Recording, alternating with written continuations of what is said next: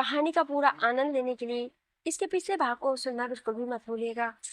उसका प्लेलिस्ट का लिंक मैं आपको डिस्क्रिप्शन बॉक्स में दे दूंगी और साथ में कमेंट बॉक्स में पिन भी कर दूंगी, तो आप वहां से भी जाकर सुन सकते हैं। आरुष पूर्वी को लेकर जैसे ही बाहर आता है, पूरे घर में आग फैल जाती है और पूरा घर जलने लगता है। अपना घर जलता हुआ देख पूर्वी उसकी तरफ जाने लगती है तो आरुष उसे पकड़ लेता है। पूर्वी आरुष से खुद को छुड़ाते हुए, मुझे जाने दो मेरे बाबा। आरुष उसे कस के अपने सीने से लगा लेता है और शांत कराने लगता है। वहीं वहां खड़े आदमी पूर्वी और आरुष को देखकर उन पर गोली चलाने के लिए निशाना लगाते हैं, पर इससे पहले वो गोली चलाते उन पर गोली चला देता है।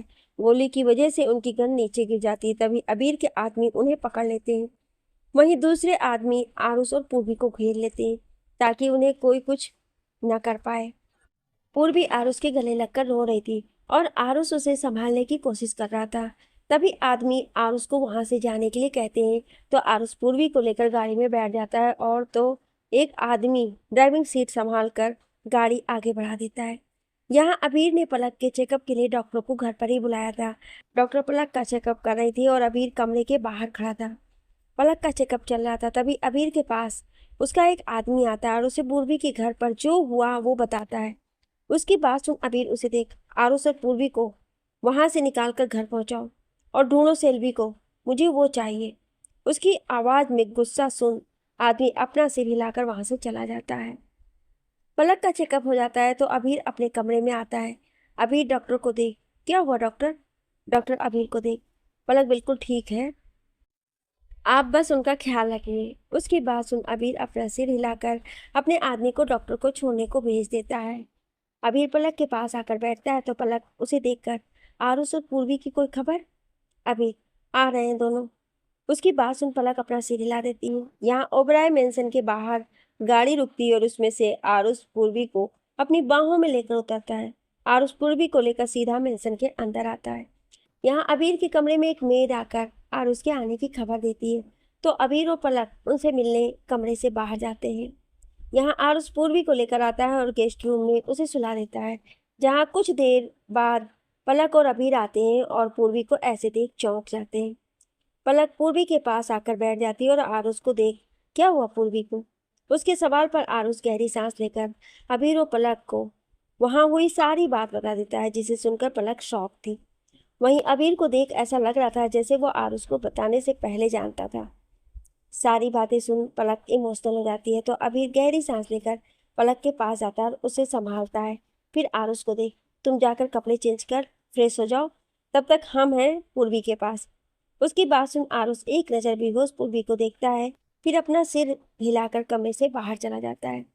यहाँ अबीर और पलक पूर्वी के पास रुकते हैं। फिर कुछ देर बाद आरुष वहां आता है तो अबीर उसे पूर्वी के पास रुकने को बोलकर पलक को वहां से लेकर जाता है। पलक जाना नहीं चाहती थी पर उसकी तबीयत भी ठीक नहीं थी। आरुष वही पूर्वी का हाथ पकड़कर बैठ जाता है और दूसरे हाथ से उसके सिर को सहलाने लगता है। आधी रात का वक्त अबीर पलक को सुला रहा था, जहाँ पलक बेड पर लेटी हुई थी और अबीर उसके सिर को सहला रहा था। दवाई के असर से पलक को जल्दी नींद आ जाती है और वो सो जाती है। अबीर को जब पूरा यकीन हो जाता है कि पलक सो गई है, वो धीरे से पलक के पास से उठता है और कमरे से बाहर चला जाता है। अबीर अपने कमरे से बाहर निकलकर सीधा स्टडी रूम में जाता है। स्टडी रूम में अमृत पहले से खड़ा था, जिसे देख अबीर गुस्सा करते हुए, अमृत कहाँ है वो? अमृत, सर अभी तक कुछ पता नहीं चला है। उसकी बात सुन अबीर उसे गुस्से से देखने लगता है तो अमृत अपना सिर झुका लेता है। अबीर अपने दांत भींचते हुए, कल सुबह तक का वक्त है तुम्हारे पास, कुछ भी करो, मुझे वो कल सुबह मेरे सामने खड़ी चाहिए। उसकी बात सुन अमृत, ओके सर, इतना बोल वो अपने सारे आदमियों को कॉल कर सेल्वी को ढूंढने के लिए लगा देता है। अबीर यहाँ सेल्वी के ना मिलने से परेशान था, वहीं आरुष पूर्वी को लेकर परेशान था। आरुष पूर्वी के पास बैठा उसके चेहरे को ही देख रहा था। तभी उसे पूर्वी की पलकें हिलती हुई महसूस होती हैं। आरुष जल्दी से खुद को संभाल पूर्वी को आवाज देता है, जिसके बाद पूर्वी अपनी आंखें खोलती है। पूर्वी अपनी आंखें खोल पहले यहाँ वहाँ देखने लगती है, फिर उठने लगती है, जिसमें आरुष उसकी मदद कर उसे उठा के बैठा देता है। पूर्वी यहाँ वहाँ देखने लगती है, फिर अचानक अपना सिर पकड़ लेती है और उसे सब याद आने लगता है कि आज क्या क्या हुआ, जिसके बाद उसे अपने बाबा की मौत की भी याद आ जाती है, जिसे याद कर पूर्वी बाबा चिल्लाते हुए बेड से उतरकर कमरे से बाहर जाने लगती है। पूर्वी कमरे के बाहर जाती है उससे पहले आरुष उसे पकड़ लेता है। पूर्वी रोते हुए आरुष से खुद को छुड़ाकर कहती है, छोड़िए मुझे, मुझे मेरे बाबा के पास जाना है। उसे ऐसे देख आरुष उसे अपनी तरफ घुमाकर कसकर अपने सीने से लगाकर उसे शांत कराते हुए, पूर्वी शांत, बाबा नहीं रहे, प्लीज शांत पूर्वी। उसकी बात सुन पूर्वी उसे पकड़कर और जोर जोर से रोने लगती है, जिसके बाद आरुष उसकी पीठ सहलाने लगता है। आरुष जानता था कि पूर्वी इस वक्त दर्द में है और उसे संभालना जरूरी है, और अगर अभी उसने पूर्वी को छोड़ा तो शायद वो अपने आप को नुकसान पहुंचा देगी, इसलिए आरुष उसे नहीं छोड़ता है। वहीं पूर्वी रोते रोते वहीं बैठ जाती है तो आरुष भी उसे अपनी बाहों में पकड़कर उसके साथ वहीं बैठ जाता है। कुछ देर बाद पूर्वी का रोना कम होता है पर उसे हिचकियां आने लगती हैं। आरुष पूर्वी को संभाल के अपनी बाहों में उठाकर बेड पर लाकर बैठा देता है, फिर उसे पानी पिलाता है। पूर्वी कुछ शांत होती है तो आरुष उसके साथ बैठकर उसे अपनी बाहों में भर लेता है और ऐसे ही पूरी रात बिता देता है। अगली सुबह पलक की नींद खुलती है तो वो खुद को बेड पर अकेला पाती है। पलक धीरे से उठकर बैठ जाती है। पलक बेड से उतरकर अबीर को देखने लगती है पर उसे अबीर कहीं नहीं नजर आता है। पलक अबीर को देखने के लिए जैसे ही कमरे के बाहर जाने लगती है, अबीर कमरे के अंदर आता है। अबीर पलक को देख, उठ गई तुम? पलक उसे देख, कहाँ चले गए थे आप? अबीर, अरे कहीं नहीं, घर में ही था। उसकी बात सुन पलक कुछ नहीं बोलती है तो अबीर, उठ गई हो तो फ्रेश हो जाओ, फिर नाश्ता कर लेना। उसकी बात सुन पलक भी अपना सिर हिलाकर वाशरूम में चली जाती है। उसके जाने के बाद अबीर के चेहरे के भाव बदल जाते हैं। यहाँ आरुष की नींद खुलती है और अपनी बाहों में सो रही पूर्वी को देखता है। आरुष पूर्वी को अच्छे से सुलाकर खुद बेड से उठकर कमरे से बाहर चला जाता है। कुछ देर बाद पलक तैयार होकर अबीर के साथ नीचे आती है, तभी आरुष भी वहां आता है। कुछ देर बाद पलक तैयार होकर अबीर के साथ नीचे आती है, तभी आरुष भी वहां आता है। पलक आरुष को देख, आरुष, पूर्वी कैसी है? आरुष उसे देख, भाभी वो सो रही है। उसकी बात सुन पलक अपना सिर हिला देती है, तभी गेस्ट रूम का दरवाजा खुलता है और पूर्वी कमरे से बाहर आती है। पूर्वी को देख सब चौंक जाते हैं। पूर्वी का चेहरा मुरझाया हुआ था, वहीं उसके हाथ में उसके बैग थी। पूर्वी को ऐसे देख पलक, अबीर और आरुष उसके पास आते हैं। पलक पूर्वी से, पूर्वी तुम कहाँ जा रही हो? पलक के सवाल पर पूर्वी बिना उसे देखे, पता नहीं। उसका जवाब सुना आरुष, पता नहीं मतलब? पूर्वी, मैं बस यहाँ से जा रही हूँ, कहाँ ये नहीं पता। उसकी बात सुन आरुष, तुम कहीं नहीं जा रही हो। उसकी बात सुन पूर्वी उसे देखने लगती है तो आरुष, अपना बैग दो मुझे, मैं वापस रख देता हूँ। उसकी बात सुन पूर्वी, मुझे जाने दीजिए, आपने देखा नहीं, उसने मेरे बाबा को मार दिया। इतना बोलते ही उसकी आंखों से आंसू बहने लगते हैं। उसकी बात सुन आरुष, तो तुम उसके डर से यहाँ से जा रही हो? पूर्वी उसे देख, आप जानते हैं ना मैंने पलक दी के साथ क्या किया था? उसकी बात सुन आरुष से पहले पलक बोलती है, हम सब जानते पूर्वी, पर सच तो ये भी है ना कि तुम्हारी वजह से ही मैं यहाँ सही सलामत खड़ी हूँ, और शायद मेरी वजह से आज तुम्हारे बाबा इस दुनिया में नहीं है। उसकी बात सुन तीनों उसे हैरानी से देखने लगते हैं। पूर्वी पलक के पास आकर, नहीं, इसमें आपकी कोई गलती नहीं थी, इसमें मेरी गलती थी। उसके बाद अबीर बोलता है, इसमें किसी की गलती नहीं थी।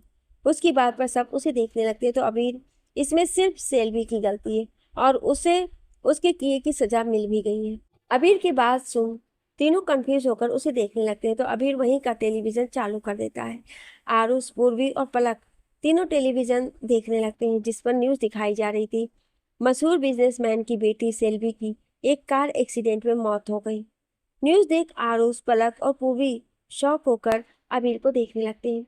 वहीं आगे न्यूज़ में दिखाया जाता है कि देखने से ये एक्सीडेंट लग रहा है पर मर्डर की आकांक्षा जताई जा रही है। अभी इतनी न्यूज़ सुन टेलीविजन बंद कर उन तीनों को देख, अब सब ठीक है? तीनों शॉक होकर अबीर को देख रहे थे, तभी पलक अबीर के पास आ गए, क्या ये सब आपने किया? पलक के सवाल पर अबीर उसकी आंखों में देख, मैं तुमसे बहुत प्यार करता हूँ, तुम पर कोई उंगली भी उठाए तो मुझसे बर्दाश्त नहीं होता है। इतना बोल वो चुप हो जाता है। तो वहीं उसकी बात सुन तीनों उसके बात का मतलब समझ गए थे, जो कि ये था कि अबीर पलक से इतना प्यार करता है कि उस पर उंगली भी बर्दाश्त नहीं कर सकता है। फिर तो सेल्वी ने उसकी जान लेने की कोशिश की थी, और ये एक बार नहीं कई बार हुआ था, तो अबीर उसे कैसे छोड़ देता? अबीर, पूर्वी को देख, तुम्हें कहीं जाने की जरूरत नहीं है, तुम यहाँ रह सकती हो, तुम्हारे बाबा का बदला मैंने ले लिया। उसकी बात सुन पूर्वी इमोशनल हो जाती है। तो वहीं अबीर आरुष को देखता है, जैसे कह रहा हो संभालो पूर्वी को। अबीर की आंखों की बात समझ आरुष अपना सिर हिलाकर पूर्वी के पास आता है। आरुष पूर्वी के पास आकर उसका हाथ पकड़ लेता है। उसका हाथ पकड़ने पर पूर्वी उसे देखने लगती है। तो आरुष बोलता है, पूर्वी, मैंने पहले भले ही तुम्हें गलत समझा हो, पर तुम्हारे लिए मेरा प्यार आज भी वैसा ही है। मैं आज भी तुमसे उतना ही प्यार करता हूँ। उसकी बात सुन पूर्वी हैरानी से उसे देखने लगती है। तो आरुष आगे बोलता है, शादी करोगे मुझसे? उसकी सवाल सुन पूर्वी शौक जाती है। वहीं पलक के चेहरे पर एक खुशी नजर आती है। आरुष एक बार फिर पूछता है, बोलो पूर्वी, करोगी मुझसे शादी? उसकी बात सुन पूर्वी की आंखें नम हो जाती हैं और वो हिम्मत कर अबीर की तरफ देखती है। अबीर उसे अपनी तरफ देखता हुआ पाकर बोलता है, तुमसे अच्छी लड़की मेरे भाई के लिए नहीं मिल सकती। इतना बोल वो मुस्कुरा देता है। तो पूर्वी की आंखों से आंसू उसके गाल पर आ जाते हैं। पूर्वी आरुष को देखती है और अपना सिर हाँ में हिला देती है। तो आरुष खुश होकर उसे अपने सीने से लगा लेता है। उन दोनों को देख पलक और अबीर भी मुस्कुरा देते हैं। कुछ ही दिनों में आरुष और पूर्वी की शादी हो जाती है, जो कुछ खास दोस्तों की मौजूद में होती है। देखते ही देखते कुछ महीने बीत जाते हैं। जहां आरुष पूर्वी के साथ बहुत खुश था, तो वहीं पलक और अबीर के बीच का प्यार भी बढ़ता ही जा रहा था। अब पलक का आखिरी महीना चल रहा था और जल्द ही उसकी डिलीवरी का समय नजदीक आ रहा था। पलक को इस वक्त सबकी जरूरत थी, जिस वजह से हमेशा कोई ना कोई उसके साथ रहता था। कोई भी पलक को अकेला नहीं छोड़ता था। अब अबीर ने भी ऑफिस जाना बंद कर दिया था और वो ज्यादा काम घर से ही करता था। आरुष ऑफिस जाता था और अबीर के काम संभाल लेता था। सुबह के वक्त आज छुट्टी का दिन था, तो सब घर पर ही थे। पूर्वी किचन में सबके लिए नाश्ता बना रही थी। तभी वहां आरुष आता है। आरुष पूर्वी को उसके पीछे से जाकर पकड़ लेता है। आरुष की इस हरकत पर पूर्वी घबरा जाती है, पर आरुष उसे कहता है, शांत, मैं हूँ। उसकी बात सुन पूर्वी उसे खुद छुड़ाते हुए, आप यहाँ क्या कर रहे हैं? और छोड़िए मुझे, कोई देख लेगा। उसकी बात सुन आरुष उसकी गर्दन पर किस करते हुए कि नहीं देखेगा। भाई और भाभी अभी तक तो सो रहे हैं और सारे सर्वेंट अपने काम में हैं। उसकी बात सुन पूर्वी कुछ बोलती उससे पहले किसी ने खांसने की आवाज आती है। आवाज सुन पूर्वी और आरुष दोनों हड़बड़ा जाते हैं। पूर्वी और आरुष पीछे मुड़ के देखते हैं तो अबीर को किचन के दरवाजे पर खड़े देख दोनों जल्दी से एक दूसरे से अलग हो जाते हैं। पूर्वी शर्मा के आरुष के पीछे छुप जाती है। तो वहीं आरुष यहाँ वहां देखने लगता है। अबीर किचन में आकर फ्रिज के पास जाता है और उसे खोल उसमें कुछ देखने लगता है। अबीर को ऐसे देख पूर्वी आरुष को इशारा करती है। तो आरुष अबीर से पूछता है, भाई कुछ चाहिए? वो पलक को ऑरेंज जूस चाहिए। आरुष के सवाल पर अबीर जवाब देता है। उसकी बात सुन पूर्वी बोलती, भैया वो ऑरेंज जूस नहीं है, बनाना पड़ेगा। आप भाभी के पास जाइए, मैं बनाकर लाती हूँ। उसकी बात सुन अबीर अपना सिर हिलाकर किचन से बाहर निकल जाता है, पर फिर दरवाजे पर रुककर आरुष को देख, तुम आ रहे हो बाहर या पूर्वी के साथ? इतना बोल कुछ देर रुक जाता है। तो उसकी बातें सुन पूर्वी और आरुष दोनों की आंखें बड़ी हो जाती हैं। वहीं अबीर आगे बोलता है, मेरा मतलब है पूर्वी की मदद करोगे? उसकी बात सुन आरुष जल्दी से बोलता है, भाई मैं आ रहा हूँ। उसकी बात सुन अबीर मुस्कुरा के बाहर चला जाता है। अबीर के जाते ही पूर्वी आरुष की पीठ पर एक मुक्का मार देती है, जिससे आरुष की आह निकल जाती है और वो पूर्वी को देखने लगता है। आरुष अपनी पीठ को छूते हुए, क्यों मारा? पूर्वी उसे घूरते हुए, क्या आप नहीं जानते? उसकी बात सुन आरुष मासूम सा चेहरा बना, मुझे नहीं पता था कि भाई आ जाएंगे। उसकी बात सुन पूर्वी उसे घूरते हुए, जाओ अब बाहर। उसकी बात सुन आरुष बाहर जाने लगता है, पर फिर पूर्वी को देखता है और जल्दी से उसकी गाल पर किस करके किचन से भाग जाता है। आरुष की हरकत से पूर्वी पहले चौंक जाती है, पर फिर अपने गाल छूकर मुस्कुरा देती है। यहाँ अबीर बाहर आता है तो पलक डाइनिंग टेबल पर अपने दोनों हाथों से सिर पकड़े बैठी हुई थी। पलक को ऐसे देख अबीर के चेहरे के भाव बदल जाते हैं और वो जल्दी से पलक के पास आकर, क्या हुआ पलक? अबीर के सवाल पर पलक उसे देखकर थकी हुई आवाज में, बस सिर भारी लग रहा है। अबीर उसकी बात सुनकर, अगर ज्यादा तकलीफ है तो हॉस्पिटल लेकर चलो। उसकी बात सुन पलक मुस्कुरा के, इतनी भी तबीयत खराब नहीं है, आप बिना छोटी छोटी बात पर पैनिक हो जाते हैं। तभी आरुष भी वहां आकर बैठ जाता है और कुछ ही देर में पूर्वी सबके लिए नाश्ता और पलक के लिए ऑरेंज जूस लेकर आती है। पूर्वी पलक को जूस देती है, जिसे पलक आराम से पी लेती है। वहीं बाकी सब नाश्ता करने लगते हैं। नाश्ता करने के बाद पलक अपनी जगह से खड़ी होकर जाने लगती है। तो अबीर उसे देखकर, कहाँ जा रही हो? पलक अबीर से, कमरे में। अबीर, गार्डन में चलो, कुछ देर टहलो। उसकी बात सुन पलक चिढ़ते हुए, आज नहीं अबीर, आज मुझे सच में बहुत थकान हो रही है। उसकी बात सुन आरुष, क्या हुआ भाभी, तबीयत तो ठीक है आपकी? आरुष के सवाल पर पलक उसे देख, हाँ आरुष, मैं ठीक हूँ। इतना बोल वो अबीर को देखने लगती है जो उसे ही देख रहा था। अबीर को भी आज पलक के चेहरे पर ज्यादा थकान नजर आ रही थी, तो वो कुछ नहीं बोलता है। अबीर पलक के पास आकर, चलो कमरे में लेकर चलता हूँ। उसकी बात सुन पलक मुस्कुरा देती है। अबीर पलक को लेकर कमरे में जाने लगता है और जैसे ही वो दोनों पहली सीढ़ी चढ़ते हैं, पलक के पेट में एक दर्द की लहर उठती है, जिससे पलक अपना पेट पकड़ लेती है। पलक को ऐसे देख अबीर, क्या हुआ? उसके सवाल पर पलक जैसे ही कुछ नहीं बोलती है, उसके पेट में दोबारा दर्द उठता है, और इस बार पहले वाले से तेज। इस बार पलक अपना पेट पकड़ लेती है और अपनी आंखों को मीच लेती है। पलक को ऐसे देख अबीर समझ जाता है कि पलक को दर्द हो रहा है। अबीर जल्दी से पलक को संभाल कर पूछता है, दर्द हो रहा है? पलक अपना सिर हाँ में हिला देती है। तभी वहां आरुष और पूर्वी आते हैं। दोनों जब पलक की हालत देखते हैं तो समझ जाते हैं कि पलक को दर्द हो रहा है। अबीर आरुष को देख, जल्दी गाड़ी निकालो। उसकी बात सुन आरुष जल्दी से बाहर की तरफ भागता है, तो वहीं पूर्वी और अबीर पलक को संभालने लगते हैं।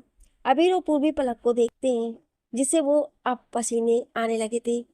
अबीर जल्दी से पलक को अपनी गोद में उठाकर बाहर की तरफ बढ़ जाता है। पूर्वी भी उसके पीछे जाती है।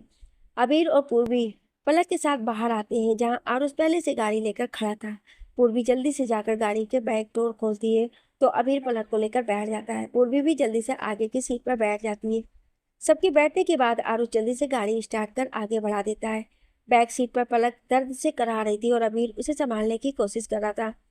पूर्वी भी बार बार पीछे मुड़कर देख रही थी। यहाँ अबीर पलक को शांत कराने की पूरी कोशिश कर रहा था। पलक दर्द से करा रही थी और पसीने से लथपथ थी। अबीर पलक के सिर को सहला रहा था, वहीं पलक भी अबीर के हाथ को कस के पकड़ा हुआ था। कुछ देर बाद आरू गाड़ी सिटी हॉस्पिटल के बाहर रोकता है, तो पूर्वी जल्दी से गाड़ी से उतरकर बैक डोर खोलती है। जिसके बाद अबीर पलक को अपनी गोद में लेकर उतरता है, तो वहीं आरुष डॉक्टर को बुलाने के लिए भागकर हॉस्पिटल के अंदर जाता है। पूर्वी जल्दी से एक स्ट्रेचर लेकर आती है, तो अबीर पलक को उस पर लिटा देता है। तब तक आरुष भी डॉक्टर को लेकर आता है। डॉक्टर पलक को चेक करती है और फिर सीधा डिलीवरी रूम में लेकर बोलती हैं। वार्ड बॉय पलक के स्ट्रेचर को लेकर जाने लगता है, तो अबीर भी उसके साथ पलक का हाथ पकड़े जाते हुए उसे समझाने लगता है। यहाँ डॉक्टर पलक को डिलीवरी के लिए लेकर जाती है, वहीं अबीर आरुष और पूर्वी बाहर खड़े रहते हैं।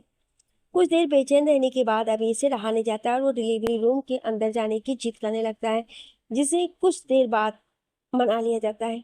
अबीर को पलक के पास डिलीवरी रूम के अंदर लाते हैं, जहां अबीर पलक के पास आकर उसे संभालने लगता है। वहीं पलक जो दर्द में करा रही थी, वो अबीर को देखकर चौंक जाती है। अबीर पलक के माथे को चूम उसे हिम्मत देने लगता है। कुछ देर दर्द बर्दाश्त करने के बाद पलक के एक तेज आवाज के साथ बच्चे की रोने की आवाज आती है। बच्चे की रोने की आवाज सुन अबीर बच्चे की तरफ देखता है, जिसे नर्स एक कपड़े में रख रही थी। अबीर पलक को देखता है, जो थकान से अपनी आंखें बंद की हुई थी। अबीर उसके माथे को चूम कर लेता है। यहाँ नर्स बच्चे को साफ कर उसे एक कपड़े में लपेट कर अबीर के पास लाती है। अबीर ध्यान से उस बच्चे को देखता है, जो अभी भी रो रहा था। नर्स बच्चे को अबीर की तरफ बढ़ाती है, तो अबीर अपने कांपते हुए हाथों से बच्चे को अपनी गोद में लेता है। बच्चे को देख अबीर की आंखें नम हो जाती हैं, तो नर्स बोलती है, लड़का है। उसकी बात सुन अबीर उसे देखने लगता है, फिर पलक को देखता है, जो अपनी आंखें खोल बच्चे और अबीर को देख रही थी। अबीर बच्चे को लेकर पलक के पास आता है और उसके गोद में देकर बोलता है, हमारा बेटा। उसकी बात सुन पलक की आंखें नम हो जाती हैं और वो अपने बच्चे का माथा चूम लेती है। कुछ देर बाद पलक को नॉर्मल वार्ड में शिफ्ट कर देते हैं, जहां उसे मिलने आरुष और पूर्वी आते हैं। आरुष और पूर्वी वार्ड में आकर देखते हैं, तो पलक बेड पर बच्चा लेकर बैठी हुई थी और अबीर वहीं खड़ा था। आरुष जल्दी से पलक के पास आता है और बच्चे को देखने लगता है। तभी पूर्वी आकर उसे पीछे कर खुद बच्चे को देखने लगती है। उन दोनों को ऐसे देख पलक मुस्कुरा देती है। आरुष पलक को देख, क्या मैं बेबी को ले सकता हूँ? उसकी बात सुन पलक मुस्कुरा के बच्चा उसकी तरफ बढ़ा देती है, तो आरुष बच्चा लेकर उसे देखने लगता है। वहीं पूर्वी भी बच्चे को छोटे छोटे हाथ पैर देखकर खुश हो रही थी, और उन दोनों को ऐसे देख अबीर और पलक मुस्कुरा रहे थे। पलक और अबीर अपने बच्चे के साथ अपने घर आते हैं, जहाँ उनका स्वागत आरुष पूर्वी के साथ नैन, केसोजी, रायमा, अमय और निशा करते हैं। कुछ दिन बाद बच्चे का नामकरण होता है, जहाँ अबीर और पलक अपने बच्चे का नाम प्रखर रखते हैं। कुछ साल बाद जब प्रखर 3 साल का होता है तब पूर्वी भी एक प्यारी सी बेटी को जन्म देती है जिसका नाम आरवी रखते हैं और इसी के साथ इनका परिवार पूरा हो जाता है, जहाँ ये हंसी खुशी एक दूसरे के साथ में जिंदगी गुजारने लगते हैं। जहाँ प्रखर शांत था वहीं आरवी अपने पापा की तरह बहुत शरारती थी, पर दोनों की वजह से पूरे घर में शरारत और मस्ती गूंजती थी। अबीर और पलक को प्रखर ने पूरा कर दिया था, वहीं आरवी ने आरुष और पूर्वी की जिंदगी पूरी कर दी थी। इसी के साथ मेरी ये कहानी आज खत्म हो गई। उम्मीद है आप सबको अच्छी लगी होगी। कहानी को इतना प्यार देने के लिए बहुत बहुत शुक्रिया, और ऐसी ही कहानी सुनने के लिए हमारे चैनल को सब्सक्राइब जरूर करें। Thank you.